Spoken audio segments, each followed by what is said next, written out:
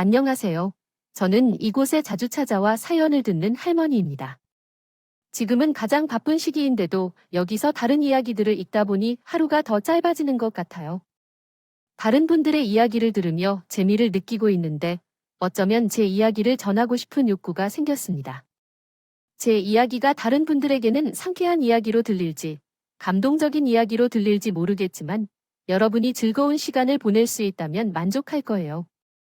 지금부터 제 이야기를 시작해 볼게요. 저는 형편이 좋지 않은 집에서 태어났기에 돈을 벌어야 했습니다. 그래서 어릴 적부터 일을 시작했어요.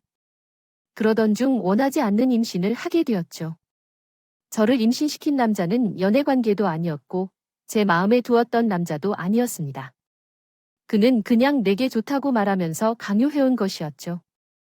그 느낌에 미안함이 없었죠. 저희 가족은 서로를 사랑하고 배려하는 가장이었어요. 하지만 지난 1년 동안 일상의 변화가 찾아왔어요. 시어머니가 별세하고 아들도 다 인간으로 성장했거든요. 저희 남편은 더 이상 가정에 대해 관심을 보이지 않았고 돈 문제도 커지기 시작했어요. 어리석은 일을 벌였기 때문이었죠. 그리고 그 사실을 저에게 숨겨왔죠. 처음에는 대화를 시도해보았지만 남편은 변하는 기색 없이 더욱 무관심하게 보였어요. 결국 저는 단호한 결심을 내렸습니다. 그날 밤 저는 아들을 데리고 남편에게 이혼을 요구했죠. 결코 쉬운 결정은 아니었지만 어쩔 수 없이 이혼을 결심한 것이었습니다. 지금은 혼자 아들을 키우고 일을 하면서 힘들기도 하지만 어쩌면 그것이 나에게 기회가 되리라고 생각한다는 거죠.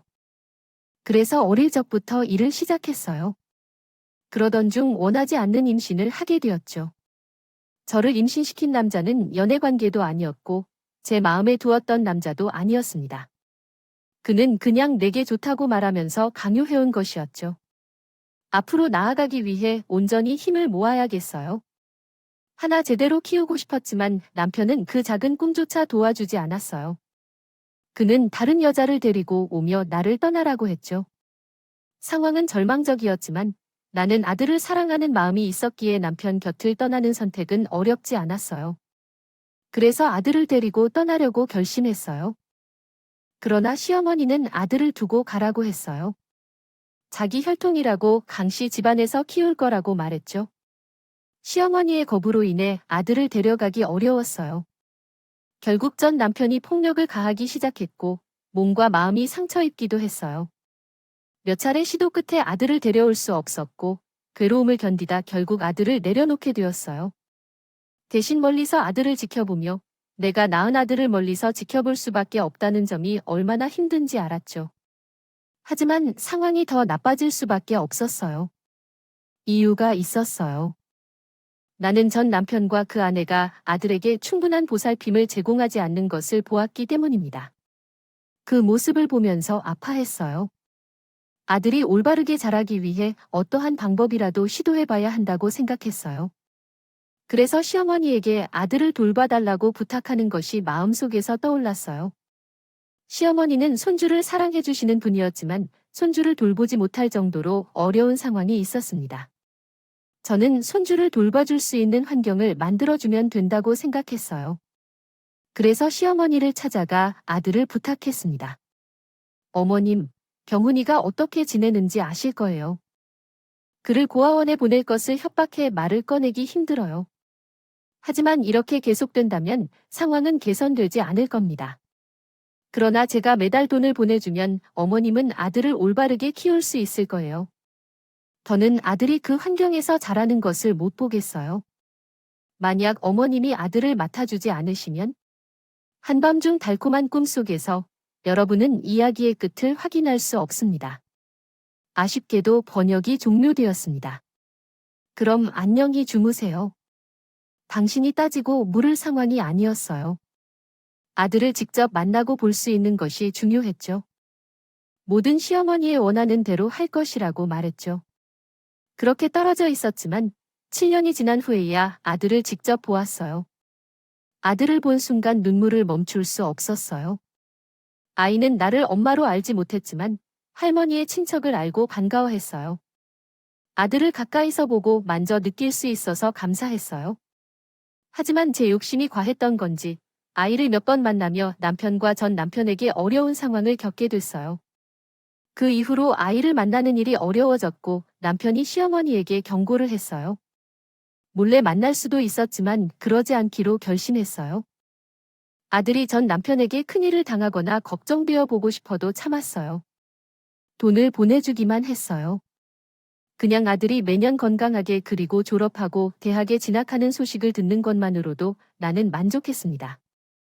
다른 엄마들처럼 더 많이 할 수 없어서 항상 무거운 마음과 아픔이 있었지만 아들이 멀리서 자라는 것을 도울 수 있다는 점에 감사하며 말이에요. 그래서 아들은 건강하게 자라고 대학까지 졸업했다는 소식을 듣게 되었어요. 그런데 그때 시어머니가 갑자기 세상을 떠나셨고 아들의 소식을 듣을 수가 없게 되었어요. 그 후에 시어머니의 사망 소식을 듣고 아들을 찾으려 했지만 이미 시장이 끝나고 제가 찾을 방법이 없었어요. 그럼에도 불구하고 다행이라고 생각했습니다. 아들이 대학을 졸업했으니 이제 그는 스스로 자신의 인생을 살아갈 수 있었기에요. 물론 엄마로서 할 일이 산더미 같이 쌓여 있었지만 나의 역할은 그 정도까지였다고 생각했고 아들을 만나고 찾는 것을 포기했어요. 이제 내가 나타나도 아들에게 혼란만 가중시킬 뿐이라고 생각했고 일전에 한 번은 지나가는 듯 아들을 만나게 될 것 같았어요. 하지만 세상은 좁고 아들을 한 번 만나기가 그리 어렵지 않았죠. 평생 아들을 만나는 것이 제 소원이었기에 어느새 70세가 되었습니다. 그때쯤 되니 아들을 만나는 것은 포기해야 했고 오로지 아들이 행복하게 살길 바라게 됐어요. 그러나 그때 어떤 사람이 우리 집을 찾아왔습니다. 가족이나 친구는 없는 저에게 말이었습니다. 누군가 찾아올 줄 알았지만 놀랍게도 제 앞에 아들이 있었습니다. 그리고 그는 자신의 친모가 제가 맞다는 걸 알고 있었어요. 여기가 김성자 씨의 집인가요? 저는 김성자인데 왜 엄마, 제가 경훈이에요. 엄마, 제 아들입니다. 죄송해하는 아들의 모습을 보며 평생 바라던 아들이 제가 자신의 친모임을 알고 있어 더 이상 망설일 이유가 없었습니다. 아들을 안아주며 눈물을 흘리며 그동안 돌려본 질문을 하게 되었습니다. 아들은 그의 아버지가 모든 것을 알려줬다고 했습니다. 그래서 나에게 전 남편이었던 그 사람은 어머니가 있다고 말했다고 했어요. 최근 전 남편이 세상을 떠나게 됐다고 했어요. 그동안 아버지와 대견하게 지내던 아들이었지만 자식으로서의 의무로 호스피스에서 아버지를 돌봐주며 보냈다고 합니다. 그러던 중 전 남편이 숨을 거두기 전에 아들에게 나의 존재를 말했다고 하네요. 그 한마디로 아들은 나에게 어머니가 있다는 사실을 알게 되었고 할머니가 소중히 보관하고 있던 물건 중 하나인 통장을 발견했고 내 이름이 적혀 있는 것을 확인했다고 하네요. 그리고 그 돈이 나를 위해 모두 사용된 사실을 할머니의 일기에서 확인할 수 있었다고 합니다. 그 이후로 나를 찾아 나서게 됐다고 했어요. 시간이 지나 찾기 어려웠다고 하지만 내 이름만으로 수많은 시간을 헤매던 끝에 내 앞에 나타났다고 했어요. 너무 늦게 찾게 돼서 미안해요. 이제부터 어머니를 모시며 살면서 그동안 못했던 효도를 하겠습니다. 그러니까 못난 아들 용서해 주세요. 아니야. 너는 어떤 잘못도 없어. 그런 마음의 짐을 가지지 마. 너는 한 번도 우리 아들이 못났다고 생각한 적이 없어. 항상 자랑스러웠어. 내가 찾아와 준 것만으로도 내가 할 수 있는 효도 다 한 거야. 내 마음 쓰지 마라. 어머님께서 할머님께 그런 제안을 하지 않았다면 또 필요한 게 있다면 내가 키워줄게요. 죄송해하는 아들의 모습을 보며 평생 바라던 아들이 제가 자신의 친모임을 알고 있어 더 이상 망설일 이유가 없었습니다. 아들을 안아주며 눈물을 흘리며 그동안 돌려본 질문을 하게 되었습니다. 아들은 그의 아버지가 모든 것을 알려줬다고 했습니다. 비용을 도와주지 않았다면 지금 저는 여기 없을 거예요. 이제 제가 보통 사람처럼 살아갈 수 있는 건 전부 어머니의 희생 덕분이에요. 그러니 이제부터라도 제가 아들 노릇을 할 수 있도록 도와주세요. 어머니는 그냥 제가 하면 돼요. 먼저 집으로 가요. 짐은 천천히 옮기기로 하고요. 침대를 옮긴다는 게 무슨 소리예요? 이제 저희 집에서 제가 모시고 살아야 해요. 다 잘했지만 손주들 재롱도 보고 싶었던 거 이제 다 하고 편히 노후를 보내셔야 해요. 싫어. 내가 그런 대접 받을 필요 없다. 너희들한테 피해주는 걸 싫어해. 그런 말 하지 마세요. 제 아내, 제 아이들 모두 지금의 삶을 할 수 있는 건 어머님 덕분이에요. 넓고 좋은 집을 구해드릴 테니까 이사라도 가세요. 저 어머니가 이런 집에서 머무시는 걸 제 스스로 용납할 수 없어요. 아들은 이제라도 집에서 모시고 살고 싶다고 했습니다. 이제 만나게 됐다는 것만으로도 제 평생이 소원을 이룬 것이었습니다. 그래서 더 바라는 것도 없었고 아들에게 또 아들 가족들에게 피해를 주고 싶지도 않았어요. 아들은 고집을 부렸지만 저도 한숨만 내쉬며 서로 관계를 유지하며 살자고 했죠. 그러나 아들의 고집이 정말 대단했습니다. 며칠 동안 제게 함께 살자는 말이 나올 때까지 거절했습니다. 결국 아들의 고집을 이기지 못하고 제가 아들 집에 살게 되었습니다. 그러나 제가 생각을 실수했던 것 같습니다. 아들 집에 머무는 동안 제 존재를 불편해하는 사람이 있었어요. 그 사람은 며느리였습니다. 사실 며느리는 지금까지 시어머니라는 존재에 대해 생각할 일이 없었던 삶을 살아왔습니다. 전 남편이 저를 버리고 다른 여자를 선택하여 결혼하기 전에 이혼했기 때문이고, 또한 전 남편과 아들이 결혼하기 전에 관계를 끝냈기 때문에 며느리는 시어머니와의 교류가 없었습니다. 정말로 아예 없는 것은 아니지만 보통의 며느리처럼 가까운 관계는 아니었죠. 그런데 전 남편이 병으로 죽기 전에 호스피스에서 생활을 하게 되자 며느리가 전 남편을 챙기기 시작했다는 소식을 들었습니다. 아마 며느리는 그것으로 시댁과의 연결이 끝나지 않을 거라고 생각했을 것입니다. 그러나 나중에 시어머니라는 존재가 나타나고 같은 집에서 함께 생활하게 되면 불편할 수 있었을 것입니다. 저도 며느리가 느끼는 감정을 충분히 이해했어요. 또 어느 정도 예상하고 있었어요. 처음에 아들의 간절한 부탁을 여러 번 거절한 이유도 이렇게 저를 불편하게 하는 가족이 있을 거라고 생각했기 때문이에요.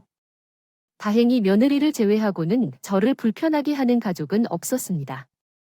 손주들이 아들을 잘 따르기도 했고 이제까지 친할머니라는 존재를 내심 그리워했는지 잘 좋아해줬어요. 그래도 이 집안에서 있는 듯 없는 듯한 존재가 되려고 했어요. 또 최대한 가족들에게 도움이 되는 식구가 되려고 했어요. 다른 것보다 며느리에게 도움이 되고 싶었어요. 제가 아들 식구들과 가장 많이 부딪히게 되는 가족이기도 했고 유일하게 저를 싫어하고 있는 가족이라 하루라도 빨리 관계를 회복해야 된다고 생각해요. 그래서 아들 다음으로 많이 챙겨줬던 사람이 며느리였어요. 우선 제가 할 수 있고 가장 크게 도움이 될 만한 일이 집안일이라고 생각했기 때문에 며느리가 시키지 않아도 제가 나서서 집안일을 했어요. 그런데도 며느리는 저에게 마음을 열려고 하지 않았어요. 제 노력이 무쓸모하게 느꼈죠. 아, 이 냄새는 왜 이렇게 그리고 집안이 왜 이렇게 더워요? 어머님 지금 뭐 하시는 거죠? 죄송합니다. 그러나 한글로 작성된 텍스트만 제공할 수 있습니다. 어떤 내용을 한국어로 번역해 드릴까요? 어머니에게 아무런 선물을 받지 못했어요. 다른 집의 시어머니들은 며느리들을 시집 보내도 며느리의 손가락에 금가락을 몇 개 끼워주고 대접한다고 해요. 하지만 너무 늦게 결혼한 며느리에게 뭐 하나 해주는 것도 없으면서 하늘 속꼬리를 사와라니 정말 얼마간 싶다. 제가 며느리로 살았던 기간도 길지 않고 시어머니로서 며느리가 되어온 지 얼마 안 돼서 부족한 게 많았어요. 며느리의 마음을 이해하지 못하고 이렇게 한숨만 끌어지는 일만 보여도 그랬어요. 그런데 이해하고 바라고 싶은 것들을 먼저 얘기해주면 좋겠다 싶었어요. 며느리는 나를 항상 가시가 떨어진 말로 대했어요.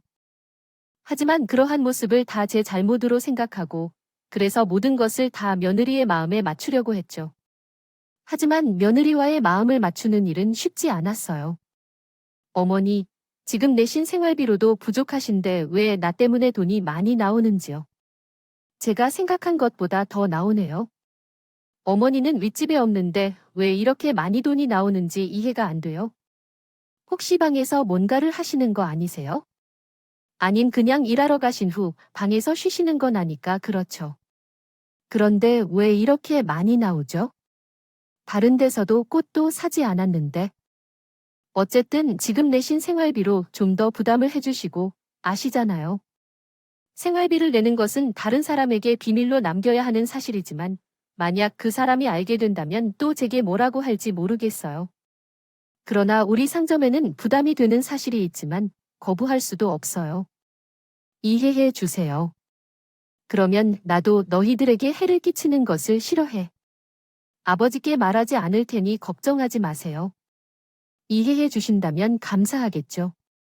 그러나 어머님은 일하고 돌아와도 집에 계시지 말고 밖으로 나가세요.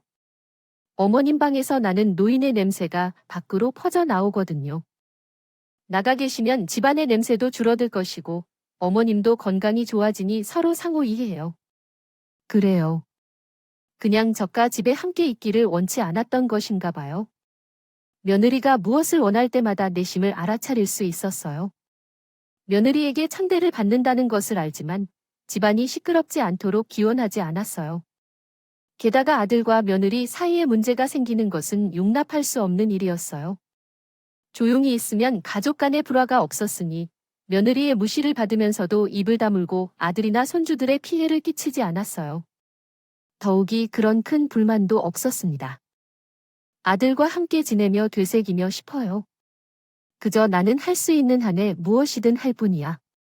하지만 하늘은 나와 아들에게 이렇게도 일을 허락하지 않았다. 그 행복한 순간을 일찍 종결시키고 싶었던 것인가? 아들을 가난하게 하는 결정이 내려졌었다. 그러나 아들은 가족을 위해서라도 병을 이겨내기로 결심하고 노력했다.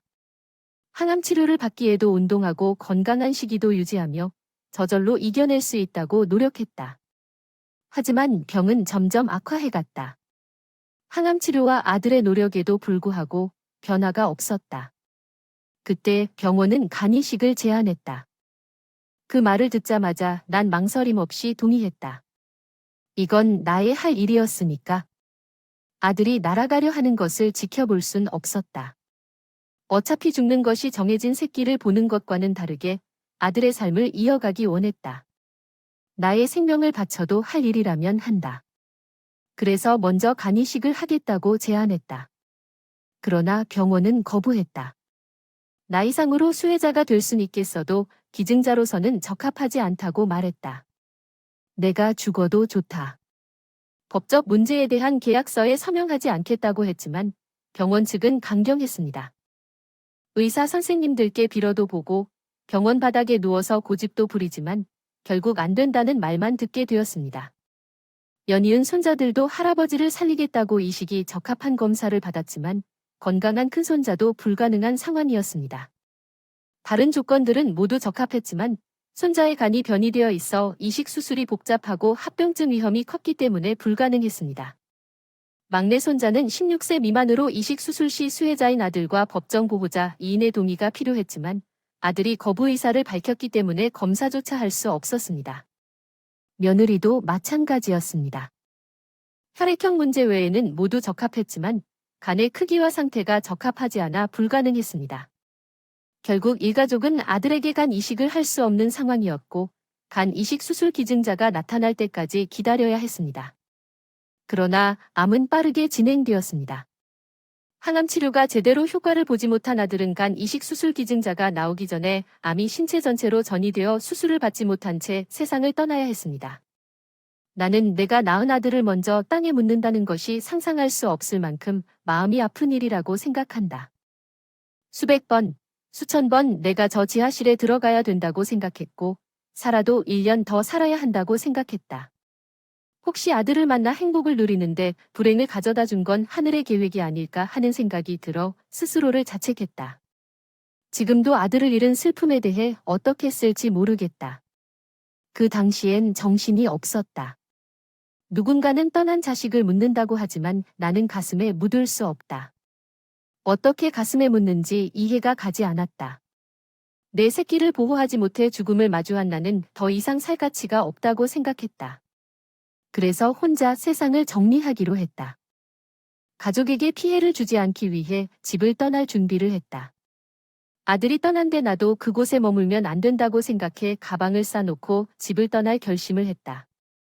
그리고 아들에게 경제적인 도움이 필요할 때 주려고 했었던 제가 모아둔 돈을 며느리에게 전달하려고 했어요.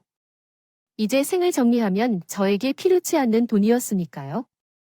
아버지가 그러게 됐으니 내가 이제 이곳을 더는 머물면 안 된다는 생각이 들어 그래서 당장 내일이라도 떠나려고 한다. 아버지가 죽고 떠날 준비는 계속하고 있었으니 내 걱정은 하지 말고. 그리고 이건 내가 너희들한테 이제까지 민폐만 끼친 것 같아서 준비한 건데 그러니까 내일이 집 나가신다는 거 아니에요. 그냥 내일 집 나간다고 하면 될 말을 뭘 그렇게 길게도 하세요. 그게 당연한 건 아니에요. 아들님이 없으면 저희와는 남인데 언제까지 붙어 있으려고 하셨어요?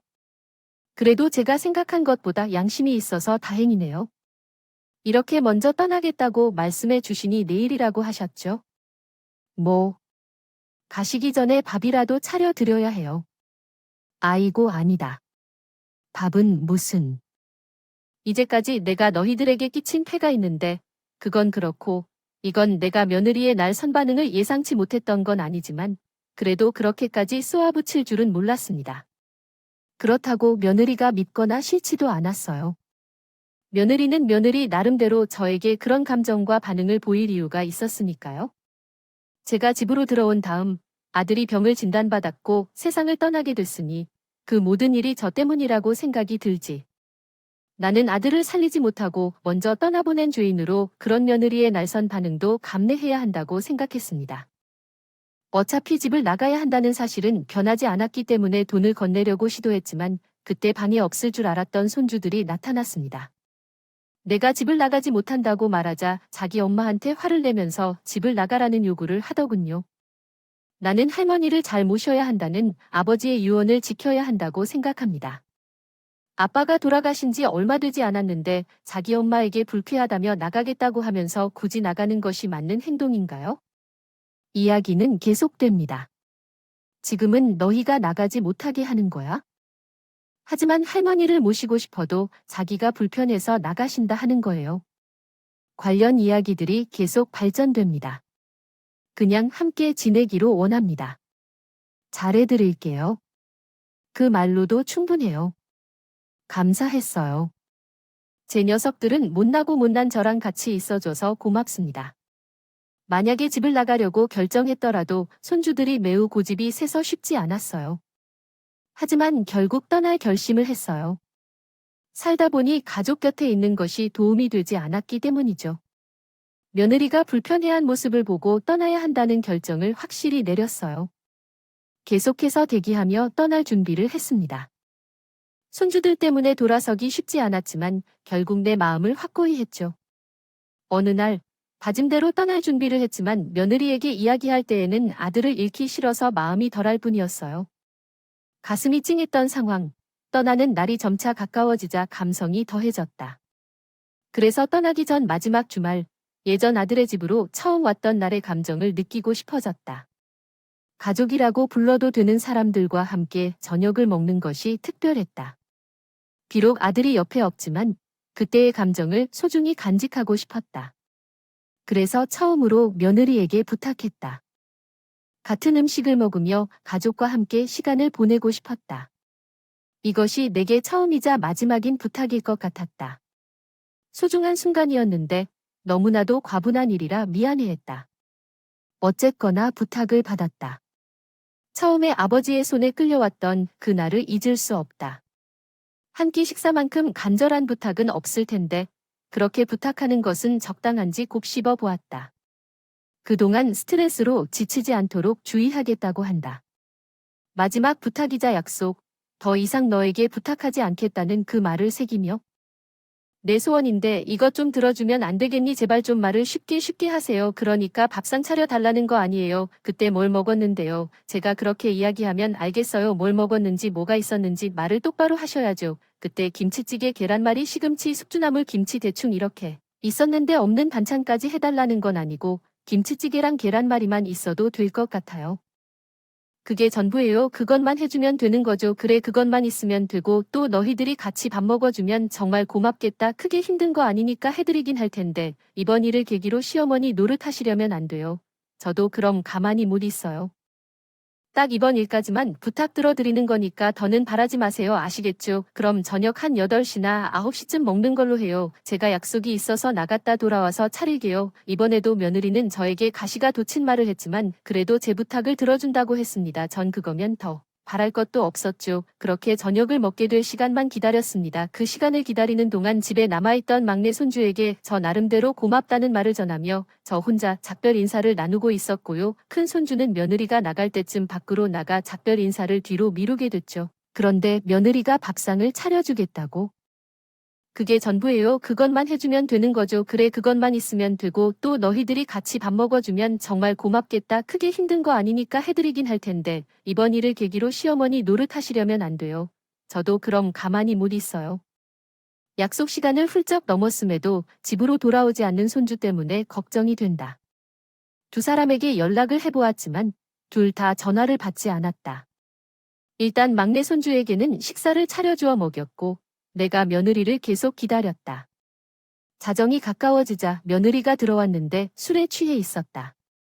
나머지 가족들과 함께 식사를 하며 그날의 감정을 나누려는 뜻은 이미 정리된 상태였다. 상황이 이미 결론이 났으므로 어쩔 수 없었다. 그래도 며느리가 무사했다는 건 다행스러웠다.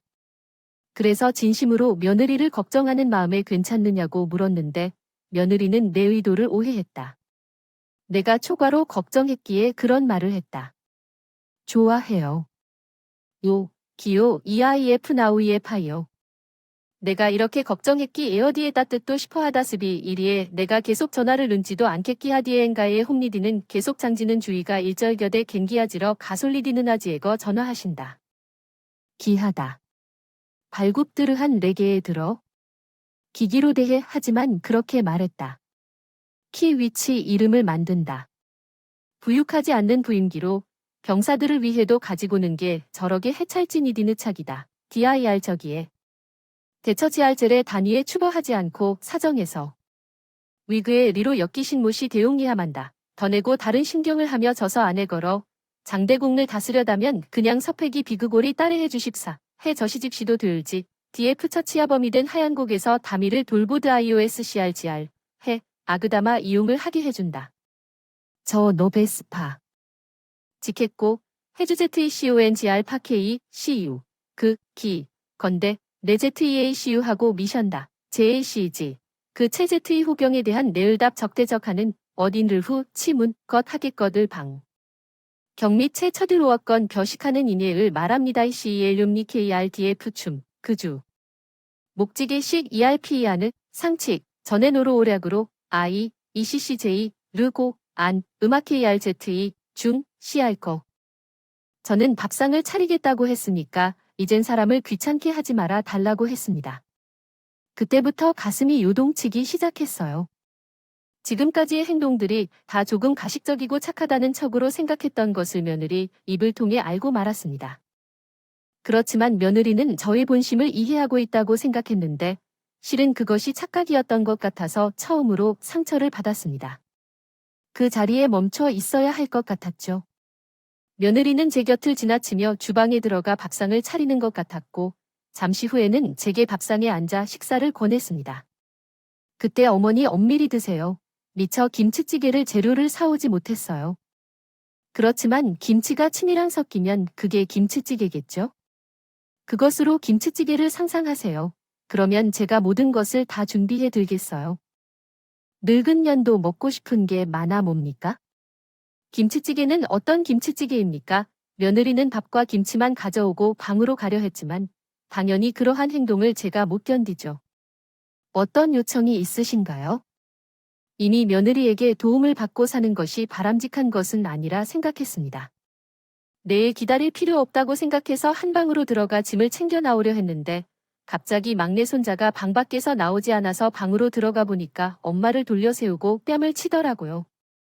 너무 놀라서 막내 손자를 며느리 옆에서 떼어내고 말렸어요.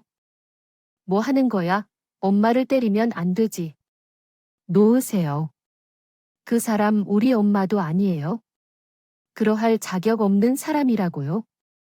부모 자격도 없는 사람이 우리 할머니를 건드리고 우리가 아빠를 잃게 했는데 이 집에 붙어 있을 자격이 어디 있냐고 이렇게 말했죠. 손자가 엄마한테 무슨 짓을 해서 아이들이 이런 말을 하는지 모르겠어요. 애들한테 세뇌라도 했는지 애들도 빼앗고 이 집도 빼앗으려고 하는 거요.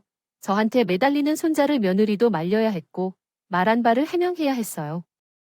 그때 손자가 핸드폰을 보여주더라고요. 할머니는 연리한테 말했다. 오늘 형이 찍은 사진들을 봐봐. 엄마 옆에 남자가 있다. 그 사람이 엄마랑 바람 피우고 있던 상대라고 해. 언니는 놀란 표정으로 사진을 보고 아빠가 살아계실 때부터 만나고 있던 사람이라고 해. 이 남자 때문에 아빠를 살려줄 수도 있으면서도 자기가 간이식이라고 거짓말했다는 건가? 힘들게 이야기를 듣는 막내 손자는 손에 당겨지면서 외롭고 이해할 수 없는 감정으로 가득 차 있었다. 내가 혼자 다른 세상에 있지 않은 것 같아. 그리고 손자는 화면을 바라보았다. 손자는 며느리가 막내 아들에게 사실을 이야기하고 있는 것을 보았다. 아니 뭐야? 당신들은 엄마를 이상한 여자로 만들기 위해 이런 짓을 하는 거야? 저분은 아빠가 아팠을 때부터 도와주겠다고 해서 만나는 사람인데 사람을 모두로 만드는 게 아니다. 그리고 아빠를 살리는 거면 왜 반대하는 거야? 아빠가 살아있을 수 있다면 당연히 도와주고 싶었던 사람인데 왜 거짓말하니? 형은 당신한테 거짓말하지 않을 것이라고 했지. 언니의 말에 흔들리는 형이 보고 듣는 모든 것을 받아들이며 내가 직접 본 게 아니라면 그건 아니다. 어디다 이해가 된다. 그러나 큰손주가 현관문을 열고 집 안으로 들어서자 일은 더욱 복잡해졌다. 들어왔고 며느리가 하는 말에 반박을 해오며 모두 거짓님을 증명했습니다. 아빠를 죽인 살인자, 주체 어디서 거짓말이야? 이렇게 내 휴대폰에 당신이 거짓말했다는 게 다 증거로 남아있는데 이건 전부 당신 휴대폰에 있는 내용들이야? 이렇게 증거들이 많은데 끝까지 거짓말이라고 오해하고 발뺌할 거야? 지금 가족들 전부 남편 놈 살리겠다고 난리에 다 죽어가는 놈이 시켜서 살리겠다고 난리인데 이러다가 나한테까지 순서가 돌아오면 어떡하지? 내 가는 건도 소중한데 지 그놈 죽고 나랑 다녀야 하는 것도 있고 먹어야 하는 것도 많은데 그런데 그놈 엄마랑 당신 자식들이 살리겠다고 난리를 꾸미니 그러면 그 앞에서 해결되지 않을까? 근데 해결돼도 문제가 되겠네. 그놈 없어요. 우리가 편히 만나잖아. 자, 이러고 그 다음에 할머니랑 우리가 기증을 받을 수 있지 않을까? 당신이 이놈과 또 이런 말을 했어?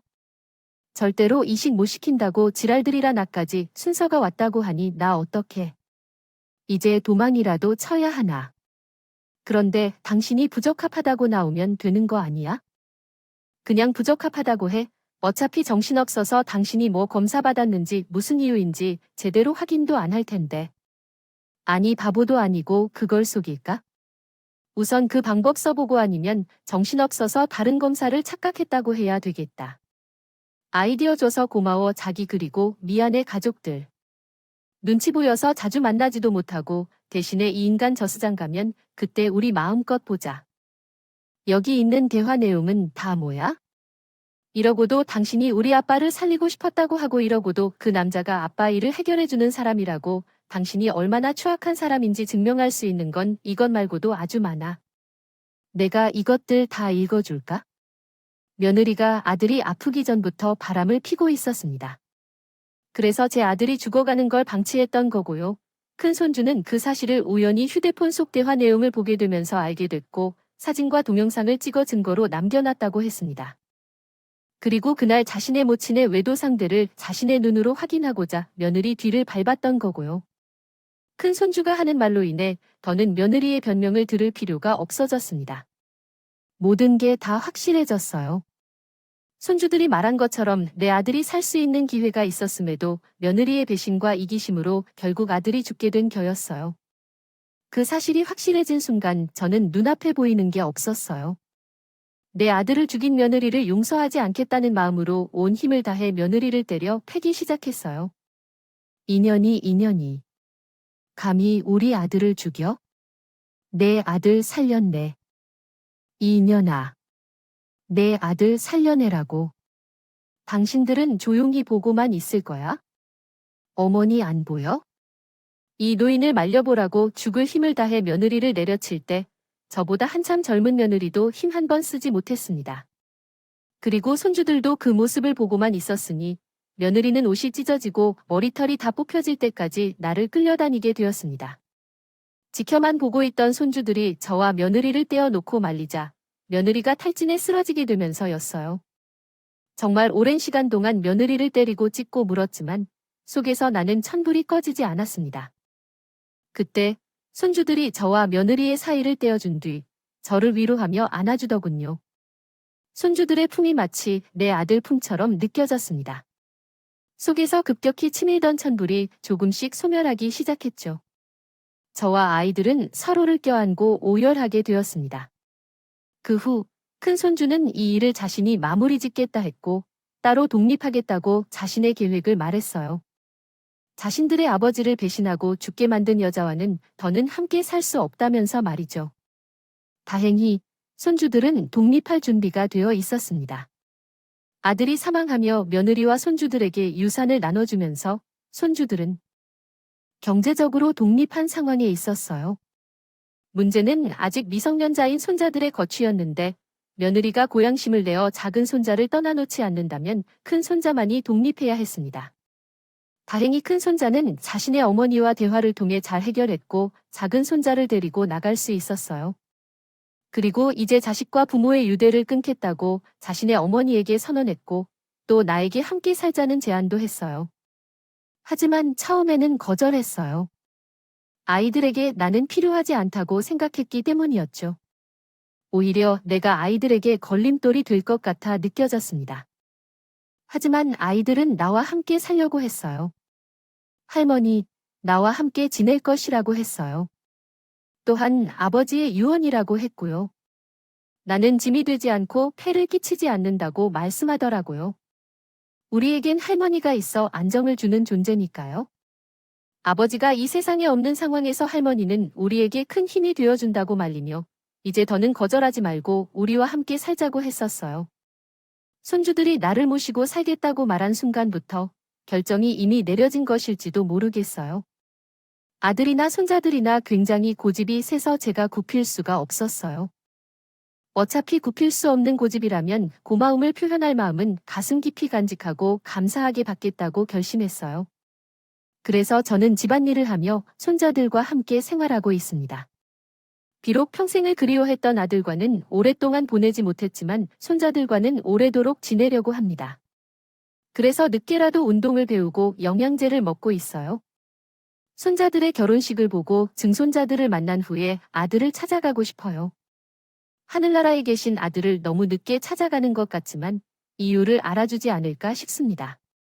이제 손자들을 위해 밥하기 위해 준비를 해야겠네요. 모두 가족들과 행복하길 바라며 좋은 일들이 계속되길 바랍니다. 감사합니다.